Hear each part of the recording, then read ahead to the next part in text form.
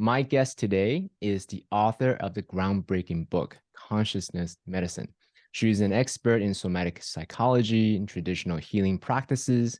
She partners with Mazatec healers in Mexico to lead life-transforming sacred mushroom ceremonies. She has been a guest on the Tim Ferriss podcast, Sam Harris podcast. Michael Pollan and Gabor Mate had both gave generous praises about her work. If you want to learn more of her work, go to her website, francoisebourzat.com. Welcome to Noble Warrior, Francoise. Thank you. Thank you, CK. Glad to be here. So I wanted to first start off by asking you about your book. It's such a beautiful articulation. You know, you take people from the preparation to ceremony to integration. I just love the way you described it. So why don't we talk a little bit about the creative process? How did you come to the book? Was it just a divine download? You just did first draft and it's done? Or was it just, you know, over the decades of your work, you started to just put it all together? Thank you for that question. It's a good entry. The book came about because I was designing and creating a course at the California Institute of Integral Studies in San Francisco, where I was asked to join the East-West Psychology program as an adjunct faculty. And I was asked to teach a class in psychotherapy and expanded states of consciousness. So in taking people through the arc of such experiences, it became really obvious to me to take them through this preparatory phase and through, of course, the experiential phase, at least explaining about the experiential phase, and then the integration phase.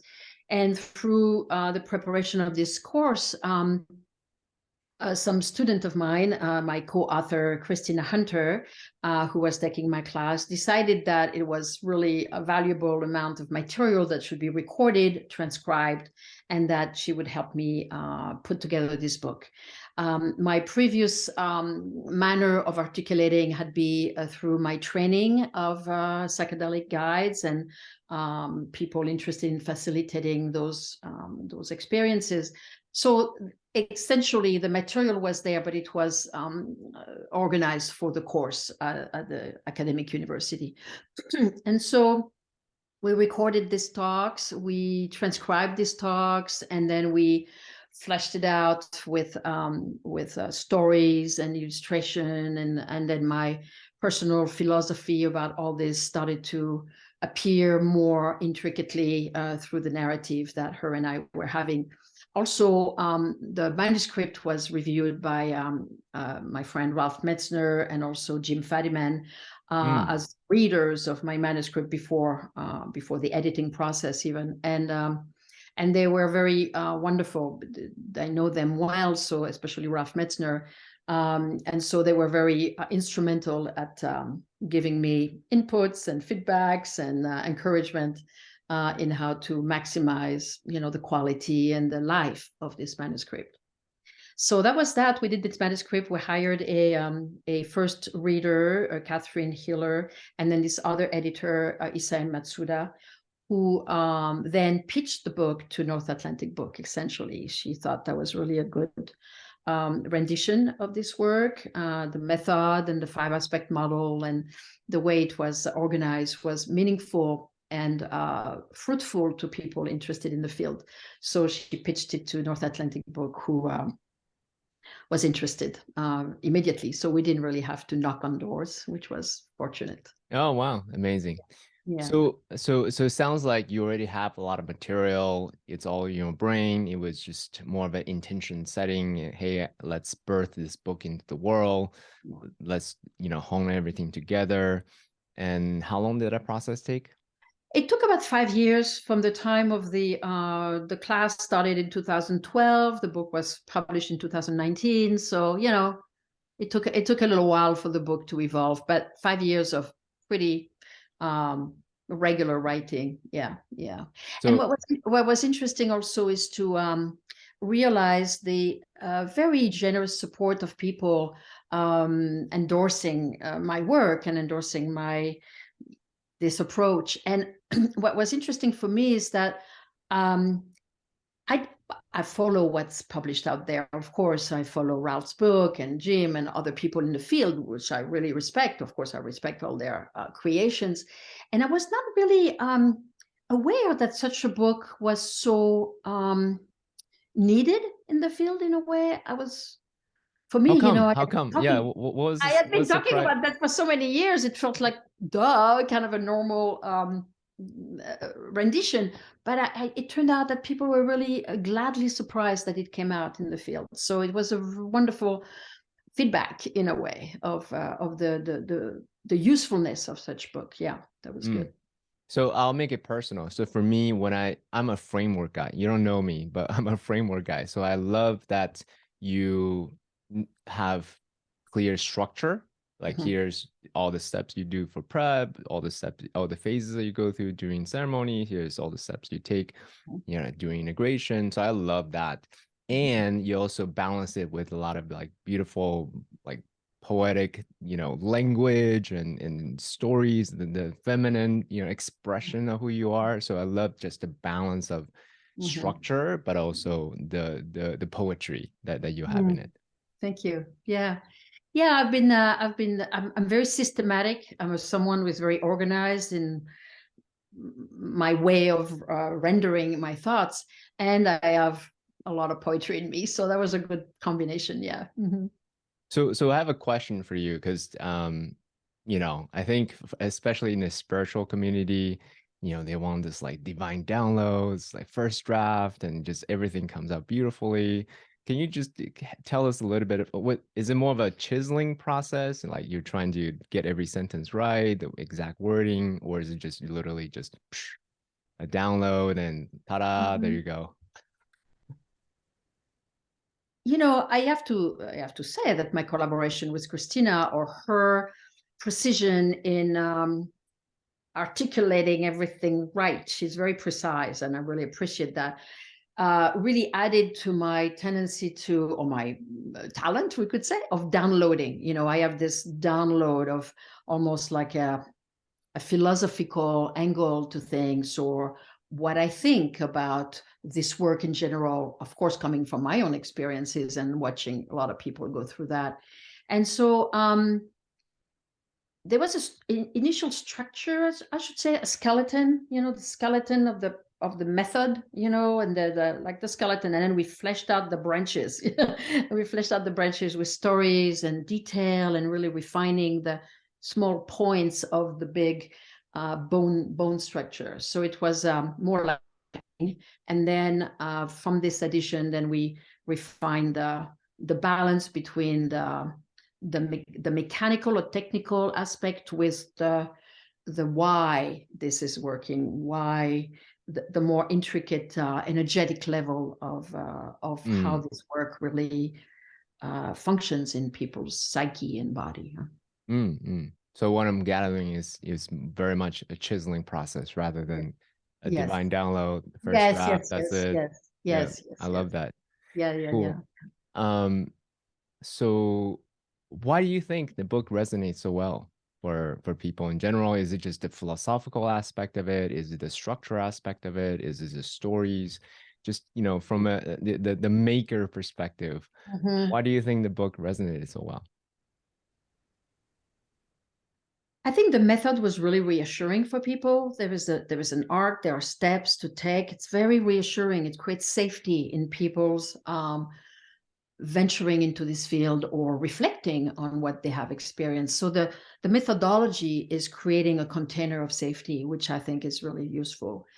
Then I think that, or I reflect on your question, that my personal sharing, in a way, my personal reflections on my life, which I disclosed quite readily, and my own growth, what this work had done for me as a first account experience and testimony, was also, I think, genuinely convincing for people that I knew what I was talking about because I had experienced it myself. I was really coming from direct experience and sharing.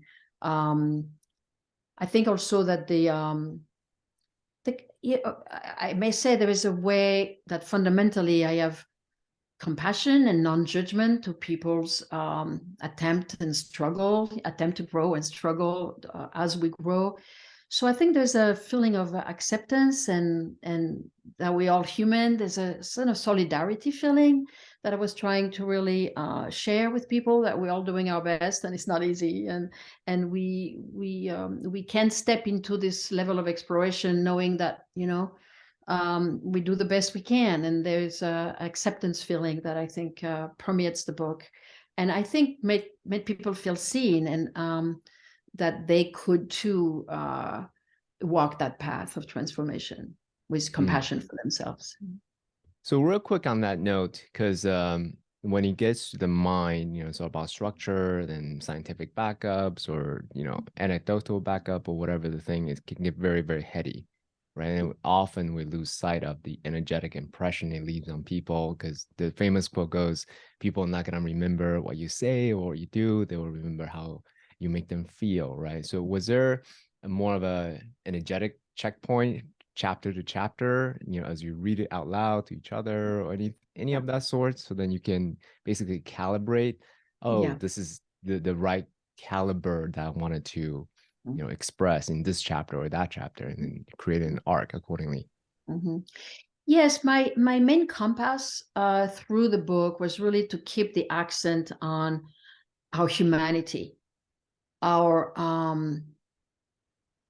like I said, attempt to be the better person we want to be, a sense of self-acceptance and self-support and solidarity amongst ourselves as human beings. And when I was reading a chapter sometime and things were getting a little theoretical or a little distanced from the direct human experience, I was going back to let's just say we instead of I or you. Let's just say we, because we are in there together.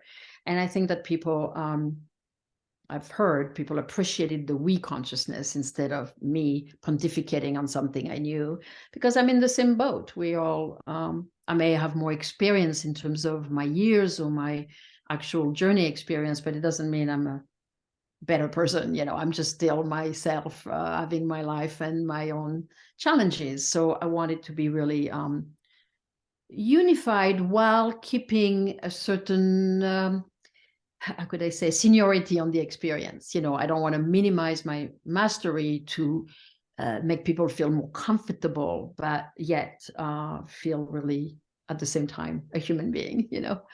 I love that. I mean, to me, plant medicine journeys in general, it's a very unifying experience. It strips away any kind of identity. You're an entrepreneur, you're an author, you're this and that. The other thing is like, underneath it all, we're all human going through this spiritual journey as a human, right? So to me, that's one of the reasons why I love that space, because we can all basically embrace our greatest self and also our human moments as well. Because when your head is in a bucket, everyone is going through the same thing. Everybody's the same. It doesn't matter who you are, how much money you have, how many followers you have. It just doesn't matter. Right. You're right there. That's right. So in your journey, I want to ask this question is this: did you go through sort of an internal journey of imposter syndrome, like, who am I to write this book? Who am I to say all these things? And there are this many other books that have said these things before, spiritual texts or otherwise. Can you share with us a little bit of maybe the internal transformation as you put this beautiful gift that you have crafted together? Well, like I said, I had articulated this philosophy and method before for years to people. So it was not the first time I was actually coming to bring this body of knowledge or wisdom and both to other people. So I had this experience of growing into myself as a person who shares what I share. However, it is true that this process of officializing my knowledge by putting it in the public stage was a interesting process of, I don't know, self-empowerment or a different process of validation, of really noticing in writing how much I knew, how much I had to share how valuable my method was. And as I was writing it, I was feeling the strength of it. I mean, me, but it, there was the validity of it and the helpfulness of it. So I was kind of chewing on my own value or goodness, or like saying, yeah, I know a lot. And people were reading some chapter and I said, you know so much, you've been in this for 30 years, you really have a lot to offer. And I was like, well, yeah, I guess, but let me see how I can put that together. And so but the reflection of others was really useful. I was getting it from within myself as I was seeing the book grow.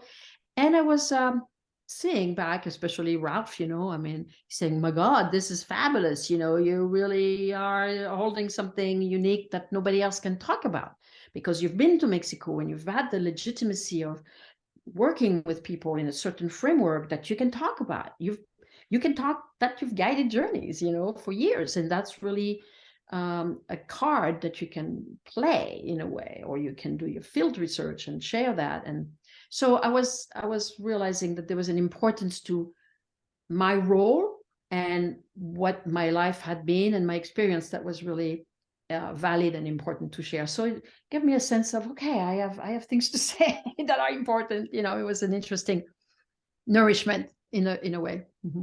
Oh, that's beautiful. So one of the guests said this beautiful quote really left an impression for me. He said, "There's only one of you in all of eternity." Mm-hmm. And that's such a statement, right? Because there's no one ever in the past for eons, and also no one ever to come for eons to come. There's only one of you. So I'm very, very grateful that you took the effort to summarize your life's work into this beautiful book. Thank you. Thank you. Yeah. It felt like this contribution was really unique. And as the book was creating itself in a way with its own life, I realized that my contribution was unique and was singular, that it didn't exist before, it might not exist later, and that unique voice of what my life had been and what I could share in my own voice. Mm-hmm. And I'm also asking all these questions because I'm putting together my own framework. Right. And then one of the things that was surprising for me is in the effort of putting together my own life's work, my own life story into a singular framework that's coherent, right, from thing to thing to thing. There's beauty in using it as basically the highest version of myself and then measure myself against it. Yes. Am I actually practicing the practice that I'm supposedly teaching? Mm-hmm. And that's a beautiful thing for me to just constantly, like, I have a thing that's right there. If I'm gonna teach this thing, I don't want to be a fraud, like, hey, do as I say, not as I do, but actually practice the thing, like, we're actually gaining some kind of mastery. So is there anything like that now that you have this beautiful piece of artifact to, I suppose, measure yourself against? Yes, absolutely. I mean, it's been really a high task, to optimize the arc and the method and then check myself against it, so to speak. And the writing of the book over this years has been really massaging in myself the very the very principle and the very demands of such position as a person engaged in journeys, as a person engaged in supporting people in journeys, who I have to be as aligned as possible with my own teachings. So it's been interesting to check on my spiritual practice, so to check on my, how much I am in relationships, or what kind of relationships am I cultivating, and my relationship, all the 5-aspect model. What is my relationship with my body? Am I really in alignment? Am I healthy? Am I doing the right thing? Am I emotionally supported and sharing of myself? So this has been a measuring factor as my life has unfolded, and keeps being quite present for me. So it's been really stabilizing that checkpoint, Mm-hmm. So I'm recounting Aubrey Marcus. You wrote a book called On the Day. He shared that, hey, I'm not always perfect. This is basically perfect. do all these things, and oftentimes I'm not perfect. So what are some of the moments for you to say, all right, I'm falling off the wagon, I'm not following my own practices? What do Mhm. you do to pick yourself back up so that you can continue the path and keep moving forward? Mhm. Yeah, there are ways that I catch myself. I've caught myself, as you're right. We keep it's a practice of being in balance. We're never really perfectly in balance with everything. I mean, there are moments of life and ebbs and flows, and sometimes I'm traveling the world and I'm needing to be more solitary at some moments because I'm so outbound, and so I notice the imbalance there, and so I catch myself back having to carve solitude moments, or I'm it's, I don't know, I'm busy with podcasts or interviews or clients work, and then I'm not in the garden enough. I'm at the computer too much, and I can feel, I mean, my system has been pretty, how could I say, mm, sensitized to catch and capture the moments where I'm not in balance. Again, we're not looking perfection, but we're looking like balance. And so I catch myself. I'm in the computer a lot. I'm going to close it all, stay outside, get some flowers, get some, put my hands in the soil and really being more quiet in the earth. So I measure and I catch myself and I do the right thing to help myself be more in balance. So it's an ongoing process. Yeah. Yeah. Mm, Yeah. mm. So for someone who is watching this right now, they may not have the sensitivity, shall we say, of the awareness of different, mind, body, heart, and spirit, environment, relations, like all these different acuities that you had talked about in the book.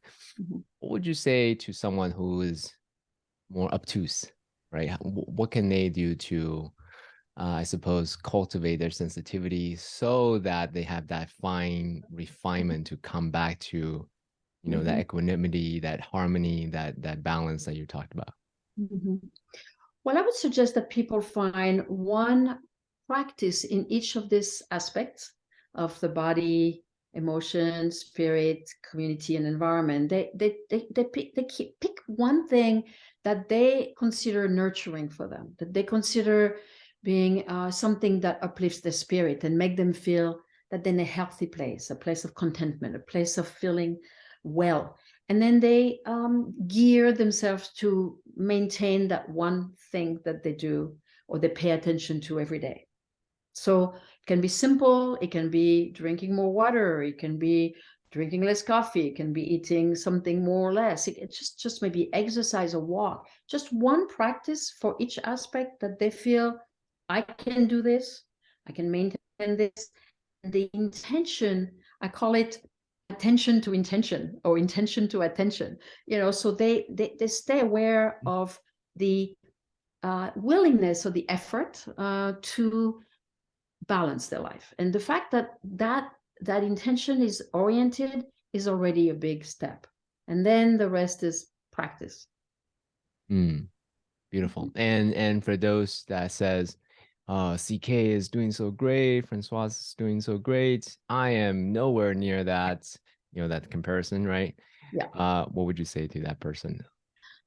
I say I struggle like everybody else. I may have more practice because I wrote the book, because I stayed for years in this thing, and I'm sure Mhm. you have skills that I don't have.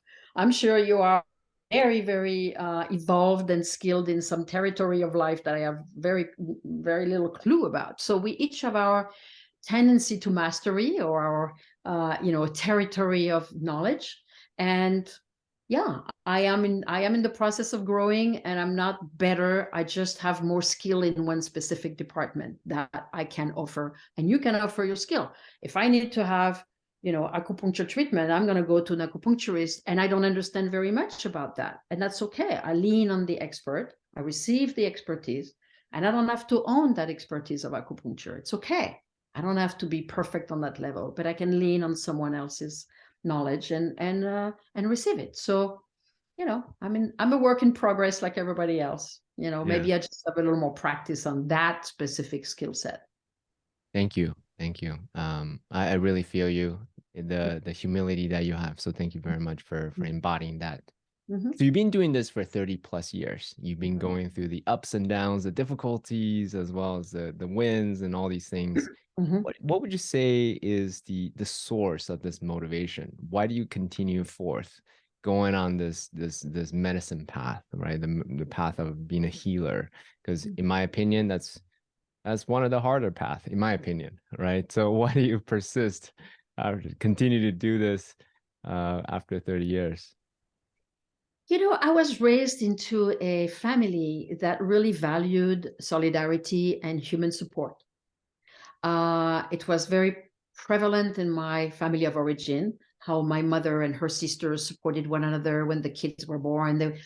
I was raised Catholic in a community that was very generous and very sharing and very collaborative. And this human support was touching, was really something I absorbed early, to be showing up for other people and being a good human being, in loving and compassion and help if I could. So I think that really is the foundation of my work, maybe we could say. And that helping other people while helping myself and receiving help as well. I don't just put myself superior, but the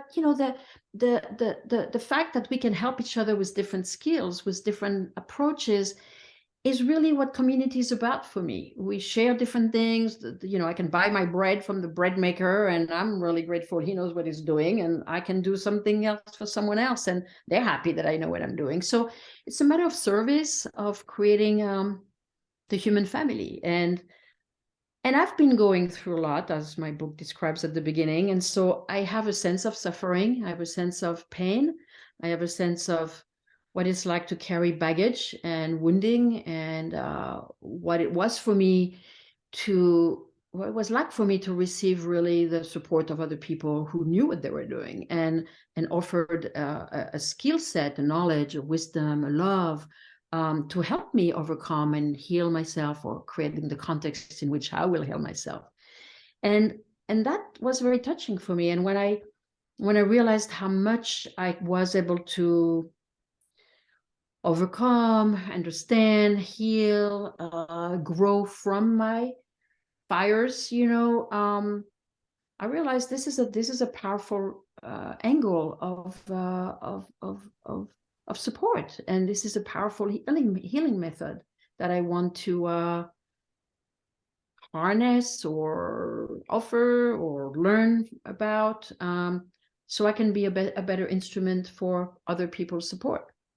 Mm, I love that. Thank you Yeah. so much for sharing. So, which is actually the perfect segue to, a lot of people want to know about psychedelic medicine, plant medicine, all these things. And you and I would talk previously that you're quite familiar with MDMA, secret mushrooms, and ketamine. So for those that are considering, hey, there are all this menu of healing Mhm. modalities, Mhm. why pick one over the other? Mm. Yeah, well, these three medicines are actually very interesting, because they go from MDMA being, I'm going to say that like it's going to be, I have a lot more to say on MDMA, but I'm going to leave that to other experts maybe that can talk about maps and all this. But MDMA is more of an ego builder. Mm, People who are insecure about themselves, who don't have a sense of self-empowerment or self-validation, people who have a lot of trauma and a lot of difficult stories to narrate or feel, reminisce, do well with MDMA, because it helps them take their past or their present situation into a place where they can have empathy for themselves, possibly for other people, but also a sense of inner strength, a sense of capacity, a sense of inner structure that can actually survive and be strong in the face of their ordeal. So MDMA, I call it an ego builder in a positive way. Ego being a positive thing, so a sense of strength and agency and identity. It's important to feel strength. A teacher of mine, Ron Kurtz from the Hakomi method, used to say, you can only lose an ego once you have one. So, the idea of dissolving the ego with ayahuasca or mushroom or LSD, whatever, is valid as long as you have one to dissolve. So you have to be strong in your ego. And MDMA is a really good medicine for that. Of course, as we know in the research that's being unfolding now, it's a very potent medicine for trauma resolution, exploration, and shedding. So this is an important piece. The mushroom is a medicine that tends to soften, sometimes dissolve the edge of the ego. And so there's more of a leaning into the sublayers of the unconscious landscape that we each have inside ourselves, as well as the bigger landscape of the unconscious that Jung would call the collective unconscious, the unconscious of humanity, right? And mushroom is more of a circulator. MDMA can do that too on the level of traumas, but mushroom is more energetically circulating things that have been stagnant at the bottom of our pit, the unconscious, and really bring that to the surface and circulate the material that has been undealt with or unacknowledged or buried in shadow zones of our inner selves. And for that, the mushroom is a really beautiful transformer. It's sort of a recycles and reclaims the difficult parts of our history into strength and spirit. It's really a transmuting modality.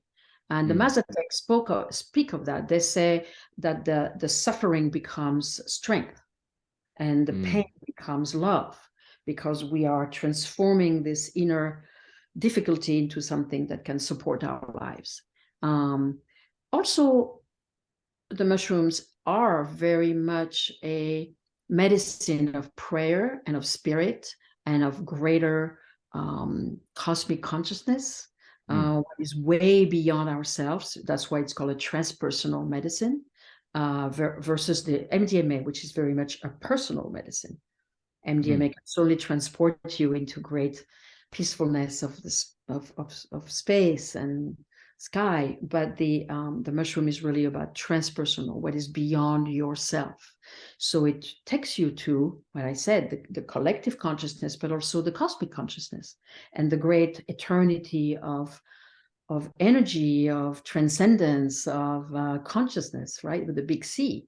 And that is a very powerful experience for human beings, because essentially that's where we're coming from and that's where we're going back to.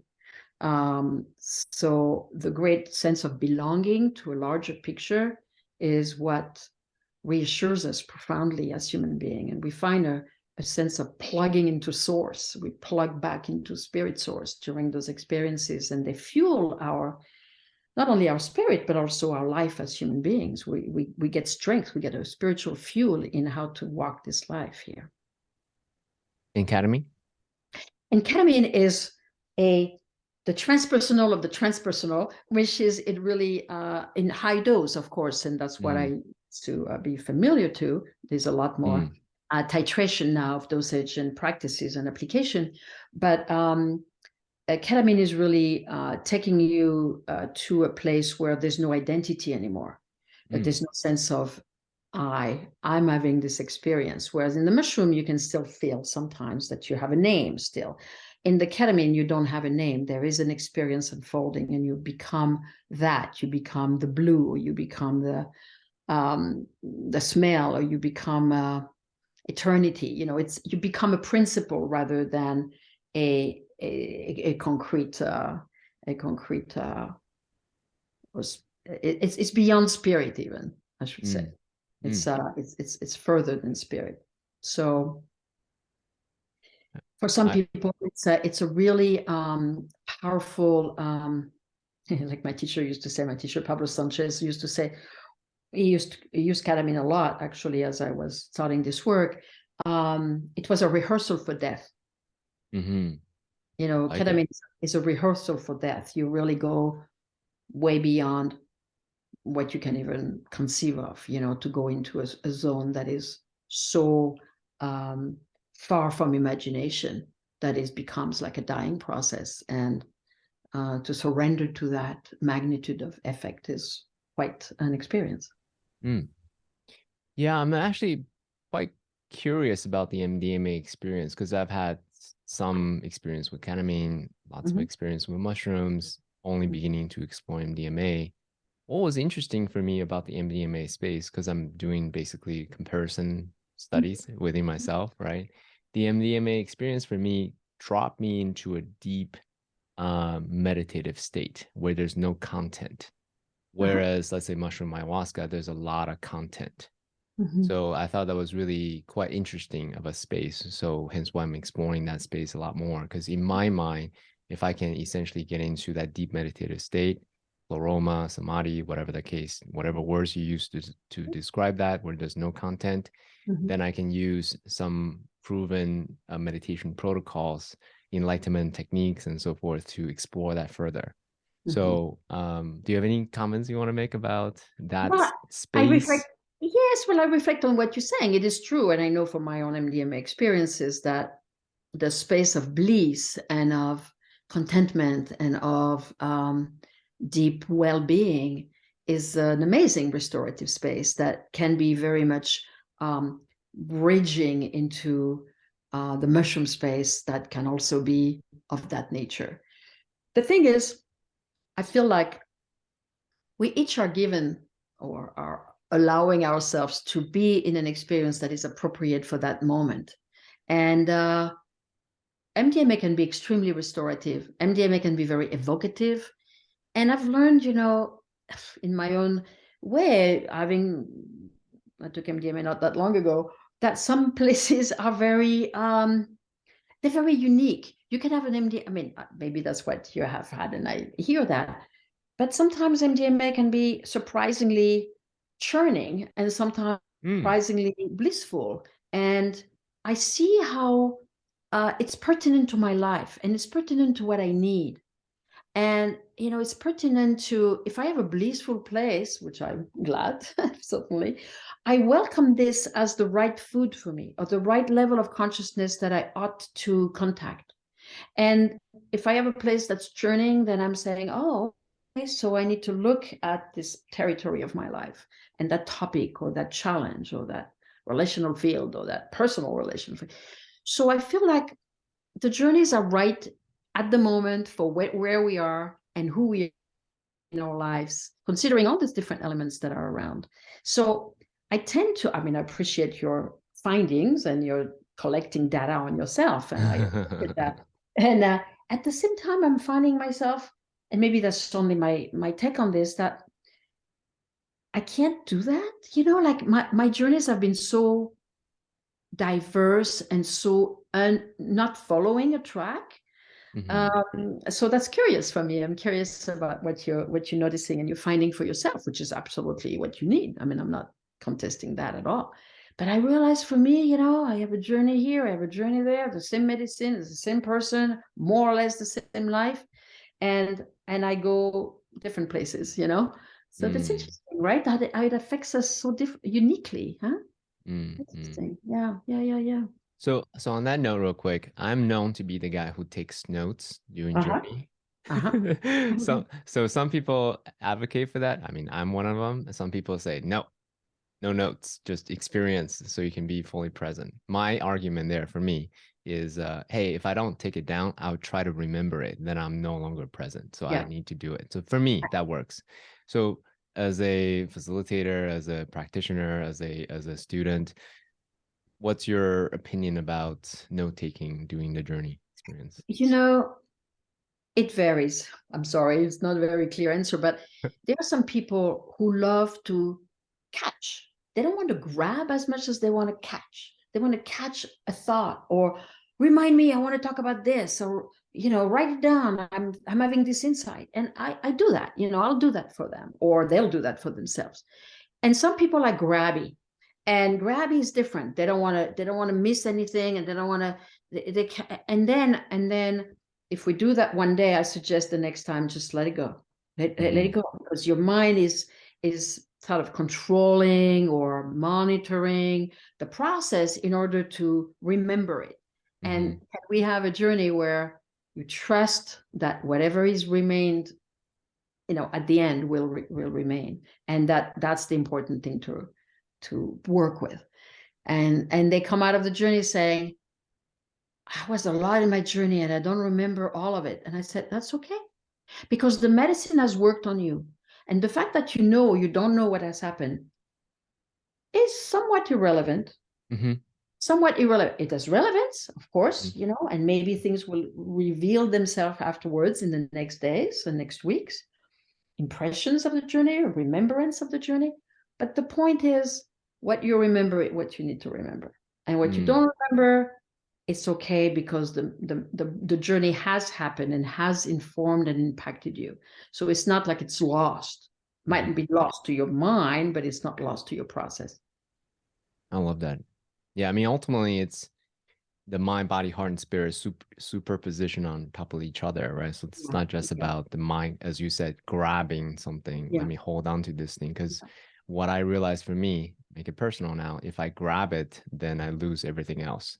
That's right. And that's not conducive, right? So my note taking really, and this is now me being public about this, it's not about actually like line by line copy editing, like, oh yeah, this was really insightful, check. It's really more just so then I can be present. I know it's contradictory, paradoxical, but that's ultimately why I do what I do. I hear you, and it's working for you. It's really fruitful for you, and you don't do that out of grabbing. You do that out of catching, which is great. I've had people doing journeys where they have so much material.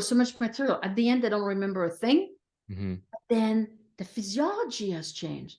Their body healing has been, really set in their flesh, and they have less of that symptom, and they have less of that disease, or they have less of that addiction, and whatever has happened on the image and emotion and memories is erased, because everything has landed into a physiological landscape. And that's fascinating, right? I mean, they wanted to remember everything. I said, don't worry. And then they talked to me and they said, I don't remember a thing, really. I mean, vaguely. But what I'm noticing is that my body has changed. And so, we don't know what happens in the journey, And then we notice how we are transformed on the other side. That's another piece of, why do we do journeys? But that's another topic. So actually, perfect segue, because you've done about 2,000, right? These type of psilocybin type experiences for people. So you must have seen all kinds of manifestation of the journeys and before, during, and after, right? So for you as a practitioner, as a therapist, what do you look for of like, all right, that was a good journey, it worked, it has transformed this person, helped this person in some way, shape, or form? You had alluded to one already, which is the psychosomatic release of some physiological phenomenon. Are there others that you pay attention to, have your antenna catching? Well, I believe that everybody's transformation takes place in the journey, and it takes place on different levels, just like the holistic model suggests. Every journey works. Now, there is modulation in that statement. Some journeys are completely transformative, like opening the emotional dam, or healing the body of an illness, or connecting with spirit for someone who is, not at all in the sphere of spirit. So there are some journeys that are radical, and then there are some journeys that are needing to be digested, and needing to be felt in life, that don't pan out in the journey itself, because either people don't remember, or it's too vague, or well, they felt this, but they don't know how that works for the intention. There's a lot of confusion sometimes in journey. But I do believe that every journey has the perfect outcome, the perfect purpose, the perfect function.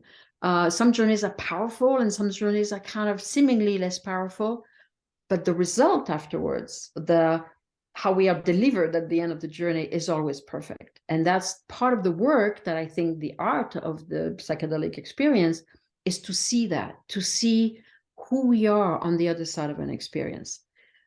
People are very attached to the content of the experience. They're Mm-hmm. kind of materialistically focused on the actual experience. And I'm interested in that, but I'm more interested in, as a practitioner supporting people, I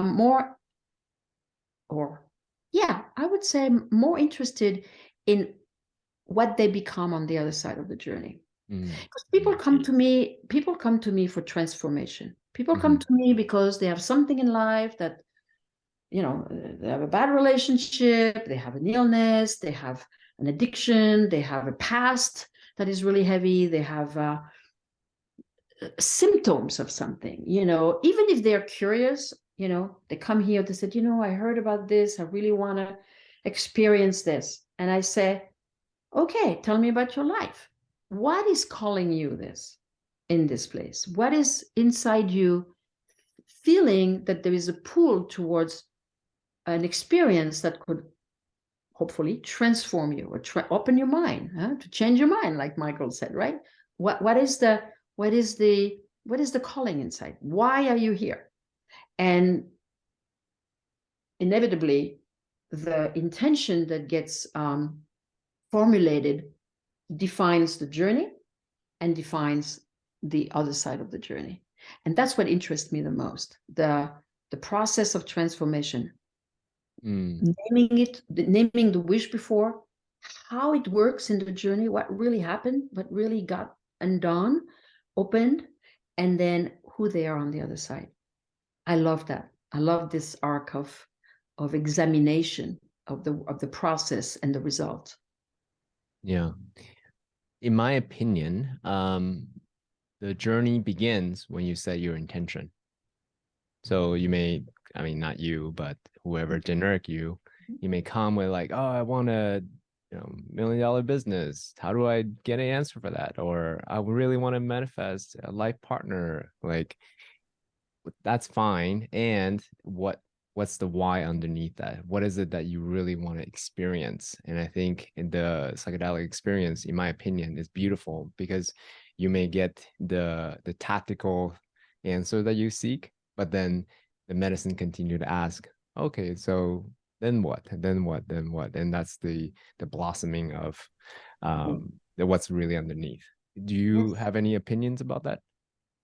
Yeah, I mean, you're right. I think that the intention set is a big focusing moment. And like I said, I think that the moment of feeling that they want to do a journey is the key for me. There's even I agree, the intention setting, of course, is very important. Noticing, what do I want out of this experience? What do I want? But even before the moment they contact me, or the moment they feel like they want to contact me, or there's the pre-contact, the place in them that starts to generate the calling. It's almost like it's on the subconscious level. There's something at work that starts to orient towards that flame. Do you help them put words to that desire, that core, maybe not the superficial? Okay, so can you walk us through how do you get to that core desire of like, I don't know why, but I'm called to do this, and what series of questions? So I said, yeah, you're called to do this. So what happened? What was it in you when you heard about that possibility, when you found out about me through your friend or your family member? What was happening in you in that moment? And they say, well, I was scared, or I was excited, or I was hopeful, or I realized how much I needed this. There's a kind of the shade of intention that starts to shape up. It's almost like it starts to orient them, and they start to feel something. Yeah, when I heard that it was a possibility, and I was talking to a friend, and then I realized, oh, I can do that. I felt like, oh my God, I can do that. I felt scared, like their psyche already was working, even though they hadn't called me yet, and we hadn't talked about intention. So it's important for me to start to validate the call of their soul, I want to say. There's a seeing of something that oriented them that was deeper that they could formulate. And it's a seed, it's a seed. By the time they call me and by the time we talk and by the time they set the intention, we're way into the work already, way into the work. So I like to catch the moment of orientation and what that felt like for them. I love that. That is the artistry of being a space holder. So thank you for demonstrating that. That's beautiful. So I want to double clicking on mushrooms since, that's your expertise. So what are some of the misconceptions that most people have about sacred mushrooms? And I wanted to offer to paint a little context before you answer. Your mushroom is relatively easily accessible. Is pretty affordable, right? So it's not hundreds of dollars. It's like pretty, tens of dollars, and then you can actually acquire whatever mushroom that you want. And so most people probably start off there just because the accessibility. And so what are some of the misconceptions that most people have about sacred mushrooms? I think that people, again, I generalize here, right? Because I don't want to, there's plenty of people who orient themselves toward mushroom differently, but there's a bit of a extractiveness, or I will venture to say maybe a lack of respect towards mushroom as a easily accessible. We can buy a bag of shrooms, and we can drop shrooms and be with friends at the party, or even do something, ourselves. And the fact that it's accessible and easy for some people tends to overshadow the deep sacredness of this medicine. It tends to be too easy. If it was hard to get and you need to brew the thing in the jungle, or, you have to actually, it's hard to acquire, or you don't know, it would be considered with more awe. But because it's an easy, you can grow them, you can buy them, you can, it's cheap, it tends to be a little bit objectified. So it's a bit of that misconception that it's easy, that it's an easy medicine. It's not an easy medicine. It's a very complex medicine. And it's an ancient medicine, as you well know from different movies. It's a very ancient medicine that is fundamental to our planet. And so connecting with mushroom is a big ordeal because it really takes us back to our origins and our making of life on this planet. So it's a deep venture. It's a deep venturing on how we are human beings and how we are. And then there is all this, principles of the mushroom, the connectedness and, mycelial consciousness and all this.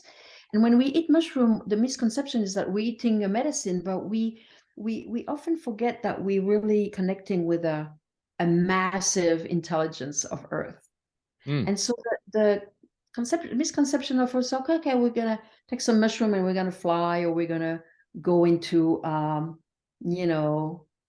cosmic land, or have good time with some friends over a campfire and sing songs, and which is fine. I'm not saying it's disrespectful necessarily to be with friends and have an intentional experience.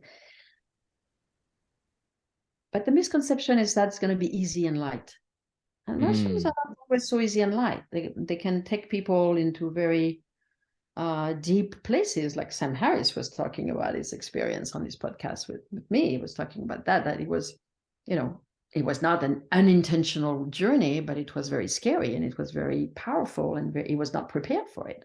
So taking lightly something that is really mighty, fundamentally, it can be it's a misconception, that they're easy and you can take mushroom and that's cool, and it's a powerful undertaking. Yeah, it's similar to a spark, right? If you don't treat a spark with respect, it's gonna create a burn down the whole forest, right? Exactly. So it is, you're right. It is very similar to that. It's a big deal. It's a big deal to take mushroom. Yeah. So somebody who has guided people over 2,000 journeys and who have had hundreds of journeys yourself, mushroom really, really well on a deep level, right? You've been doing this for 30 plus years. And so from a black belt's perspective, right? Somebody who is doing this for a long time, give us a glimpse of the grandiosity, right? Of what's possible, of the power or the wisdom that you had talked about earlier.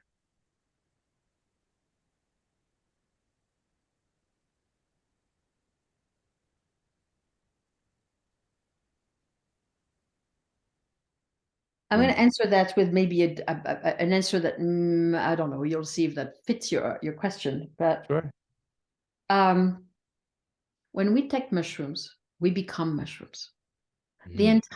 The entire proposition is to die to ourselves, to become the organism that we are consuming, to become that sacrament of earth to us, human being, and to remove ourselves from our identity, our thoughts, our attachments, our human nature, to shapeshift and to become the mushroom and understand who they are, what they do, and why they're here.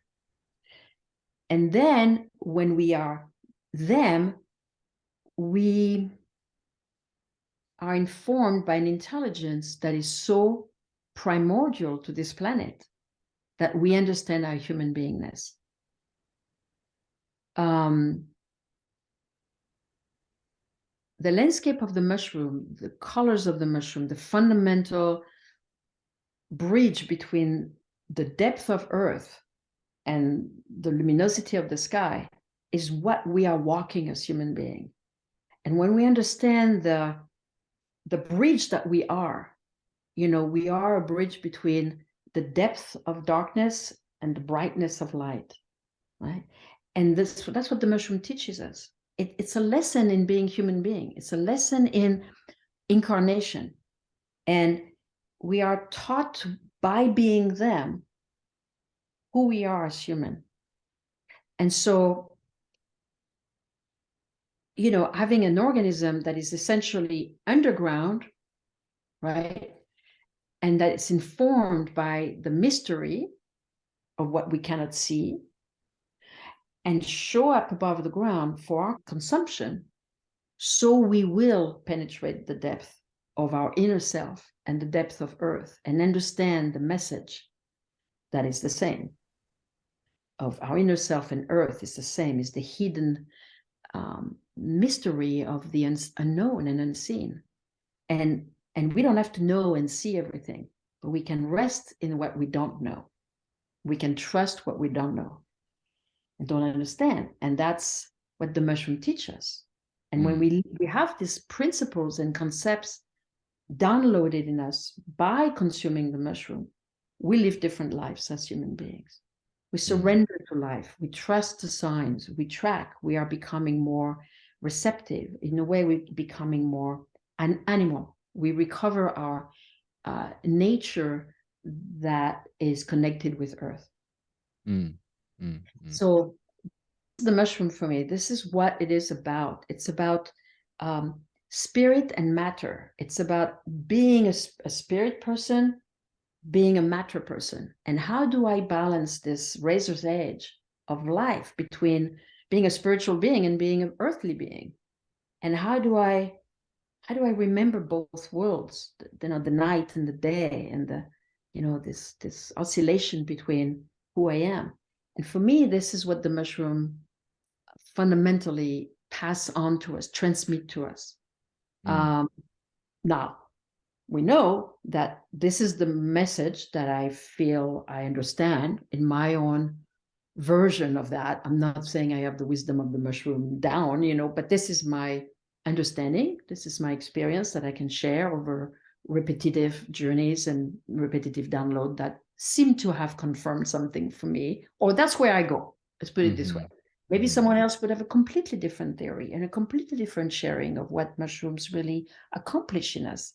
This is only my experience. And again, I'm saying that really with, how could I say, the limitation of who I am as a person, transcribing that, translating that, right?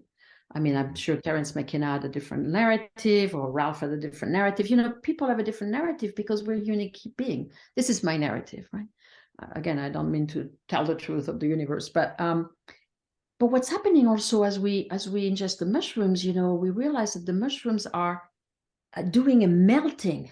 They're melting things inside us, as we very well know it on a physiological level, right? That's pretty obvious. They melt our contractions. They liquefy us. Mm. They're mushrooms, you know. They eat us. They compost us, you know. They actually reduce us to nothing, because we need to die again. We need to be chewed by the mushroom in order to reappear, in order for the wisdom of the mushroom to reveal itself. We need to die, and the mushroom is a dying compound, in a good way, you know, but also in a scary way. You know, I know I've been dying on a mushroom and it's not funny, you know, but this feeling of really melting into the ground, you know, melting into nothing and being, you know, chewed and liquefied is really what permits the emergence of something else. So mushroom is a dying process, you know, it's a dying, impermanence, revival, rebirth. It's a very fascinating work. It's a labor of dying and being reborn, really, every time. And it's, you know, you would think, oh well, she's been dead and reborn, you know, 50,000 times, but no. Every time is the new thing. Every time there's a miracle in this feeling of disappearing and blending into the ground. Because that moment that I soak myself into the earth, I become her. And I become that intelligence. You see, I disappear from my mind and my thoughts and my whatever, and I become nothing. And that nothing is where the wisdom is poured into my spirit. And then when I come back, when the mushroom ends and my self regroups, I become informed with a message. So for me, this is how it works. What a beautiful articulation. I so appreciate the metaphors as you're speaking. You know, the image comes to mind where you're playing with your garden, right, in the soil, and the image of being on the razor's edge of being a spiritual person, a spirit, and also matter melting into the ground. I can really feel a lot of respect, reverence that you have for the mushroom, and it's so different than mine because I didn't have that. So you're literally, maybe not literally, but blowing my mind in the moment. Like, oh wow, you know, what a relationship to have with this sacred plant, the mushrooms. So thank you so much. Really, really. Yeah, I think it's really important, you know, as we consume these organisms from Earth, that we really realize Earth is growing them. And what does she has to tell us through her little plants or mushroom or vine or leaves or seeds? You know, Julieta, and I think I end my book like this, because that's the most potent message we can possibly draw from all this sacred medicine, you know, grown on earth. I'm talking now natural medicine, is that this is the intelligence and the wisdom of earth for human beings. This is what she gives us to heal our consciousness, to become better people, to love one another better, to treat other, you know, to understand her power. And so we need to, I think, as people consuming natural organisms, to really understand where they come from. They're not just in the vacuum, you know, okay, we have a bag of mushroom or we have a cup of ayahuasca, but like, where does that come from? Who is producing this? You know, how are we blessed with the intelligence and the wisdom of this planet as an organism to generate this organisms, you know, this medicines for our consumption? How wise, you know, how helpful, and how intelligent that is, right? I came across a beautiful articulation of the current state of affair that we have today. I'll do my best to articulate it. The sentence says something along the line of, we have caveman emotions, medieval institutions, and godlike technologies. Uh-huh. Go. So, so from your perspective, in terms of the evolution of the collective consciousness, the individual consciousness, how do you feel mushroom play a role in helping us evolve as, individuals, community, society as a whole? Because, we have a lot of godlike technologies now that could potentially wipe us out, potentially. Hopefully Yeah. that doesn't happen, right? So Mm-hmm. in my consciousness work is so important. So do you have any opinions about how mushroom is helping us evolve, either individually or collectively? Mm-hmm. I think the knowledge of what mushroom accomplished with fantastic fungi, or with Michael's movie How to Change Your Mind, and maybe I'm sure others, and Marilyn Sheldrake's book Entangled Life, for example, um, are really informing society on, as in this case, what mushrooms can really accomplish on the level of the planet, on the level of our interconnectedness, through understanding the interconnectedness of the natural world through mycelium interchange.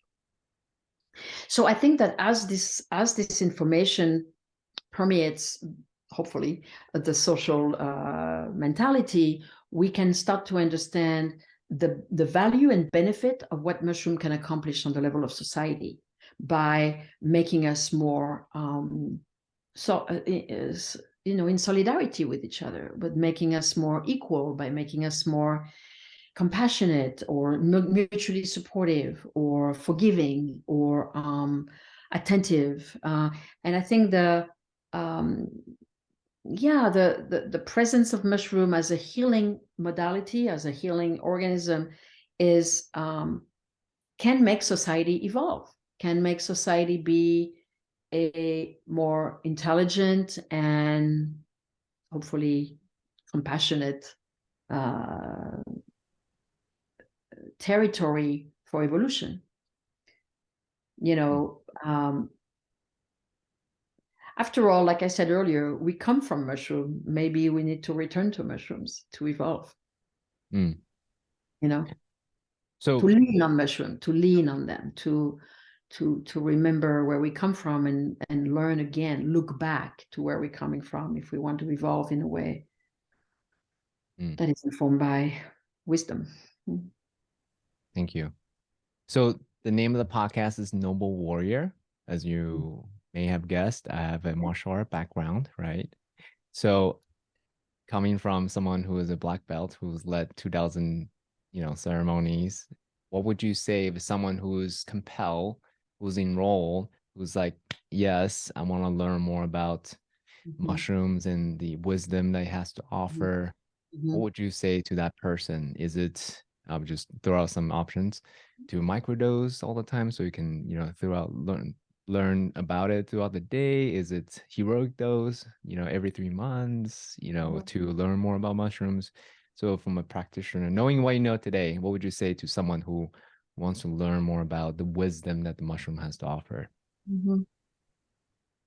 Well, first of all, I want to name or reflect on the name of your podcast, because I think that a warrior, a noble warrior, is a very beautiful word, a terminology, because it applies certainly to martial art and many different practices, but it really applies to the undertaking of psychedelic journey with mushroom, because to have the courage to go inward and cross the barriers of fear, and cross the barrier of history or cultural oppression, requires a lot of courage, and it's a warriorship path to go inside oneself and really face the ordeal. It's really the hero's journey, right? And so it takes a lot of warriorship to have the courage to face oneself. It's probably the most scary thing there is, and it creates a sense of nobility, to stand in the face of fear, and to move forward anyway,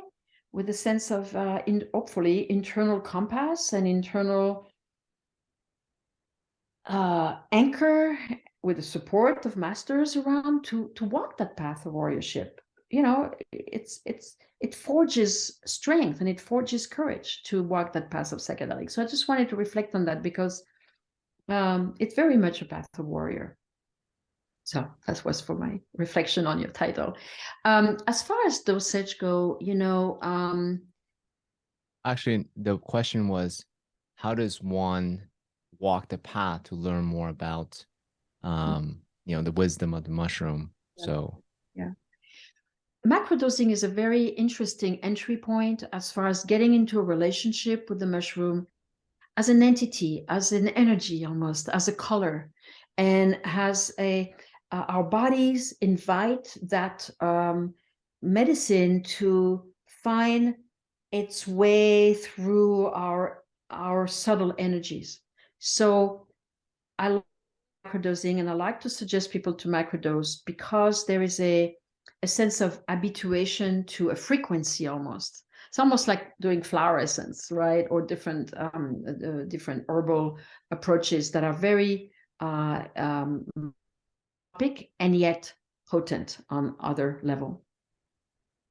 So microdosing is a very good approach, and I feel like it's actually quite potent. I use it myself. I suggest it to other people. I have protocols that I've created in order to invite people into this space, to really look at what is happening for them, look how they, of course, do the ingestion and the dosage and all, and then look at the effect and impact of the microdosing. So I have a whole protocol that I've created for that because I feel responsible for supporting people through this microdosing arc. It's a very powerful, transformative process.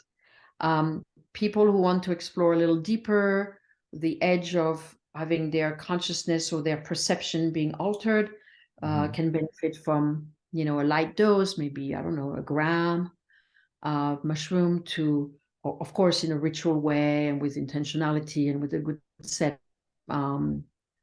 Maybe someone present on the premises, maybe not necessarily in the room, but on the premises in case, there's some little material that flares up. So a light dose can be really beautiful in getting to know how to open up and how to agree to let the mushroom work with our bodies and welcome the images or the emotions or the material that emerges. It's very interesting to track how things are appearing from inside our heart almost in those places of light dosage.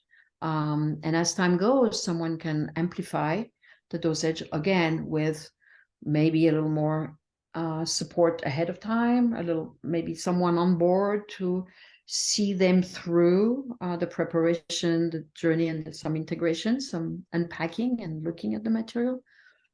Of course, the hero's journey or whatever, the heroic dose it varies from people to people. I mean, some heroic dose can be light for some people and, massive for others.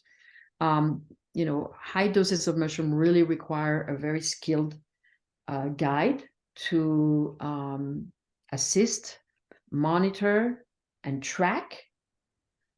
Tracking is accessible to people who have a lot of experience. If I can track what's going on in someone's journey, I know what's going on in someone's journey, not the image they have, but I know what I can feel what they're going through. I can feel if there is fear. I can feel if they are open. Feel if they are. I can see even people showing up. I can see that their mother is in the room. I can track things. That requires a different level of expertise, of course. But high dosage require someone to be there to track and contain the space. And high dosing and the effect of high dosing is more positive when there is someone when there is a guide who has gone deep themselves, who has done a lot of work, because that wide space or massive container can really allow people to go deeper into their own journey. The trust, the subliminal trust, and the reliance that is present in the room allows for the depth of the journey. So that's a factor that I consider important. Yeah. Beautiful. I so appreciate you. Um, well, before we complete, Francois, I wanted to first of all thank you so much for sharing your valuable insights and experiences with us. It's very evident to me that not only you're dedicated to do this, to walk this path, but you made significant contributions to this field. And I feel that it's really important for us to touch upon it, maybe a sensitive topic that has come to my attention through my research. There has been some accusations of misconduct involving, you and what's going on with your husband. So is there anything that you wanted to address those concerns, to share your side of the story? Mm-hmm. I know that these accusations have been challenging for me, certainly, in the face of my dedication and contribution and effort to be in the field in the best way possible. I also realize that the people bringing up these accusations, I feel have been dealing with a lot of personal pain, and I appreciate that and respect that, of course, and acknowledge that some things have been difficult for some people in the field of maybe our work or the field of psychedelics in general. What it brings up, is the importance of looking at the role of a guide, the dynamic between the guide and the person doing the work, the theme of consent also, what is possible, what is agreed upon before a journey, during a journey, what is discussed after a journey, sometimes the difficulty during a journey that can be challenging both for the client and for the guide, that are really being fleshed out afterwards and really processed to the satisfaction of everyone. So I think that there is a great and very unfortunate but powerful lesson in how to really have a more detailed dialogue and conversation around power dynamic, consent, what is appropriate or not appropriate to intervene with during journeys. The shamanic path is a path of intervention. In Mexico, there's a lot of intervention on physical bodies, on energetic bodies, and it's considered normal there. In our culture, we are in a different culture, and interfering with people's physical self can be considered challenging, intrusive, and sometimes it can be really involving, and so we need to talk about it some more. And I think the topic is valuable for the psychedelic field. And I know that after this accusations went out, a lot of concern and a lot of conversations happened in many different psychedelic milieu, which I think were challenging for everyone, but also very fruitful. We need to reassess that. I mean, we need to look at that very clearly and really make sure that nobody is ending with pain or a feeling of being transgressed, or we need to really assess this power dynamic that is very tricky in those fields. So, I regret the accusation. I regret the impact that it may have had on my life. And I regret the pain that has been clearly felt on the other side. And I hope that this is bringing a teaching, that can benefit the field. Thank you so much for your honest reflection. Mm-hmm. Well, let's bring it up to a close. Yes. What is one thing, if people are listening to you, they're inspired by your dedication, your contribution, what's one, and they're curious about the possibility of, receiving wisdom from the mushroom.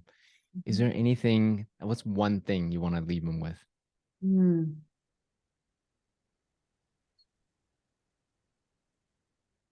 I want to say, make an altar to the mushroom, and make an altar to the mushroom in your heart.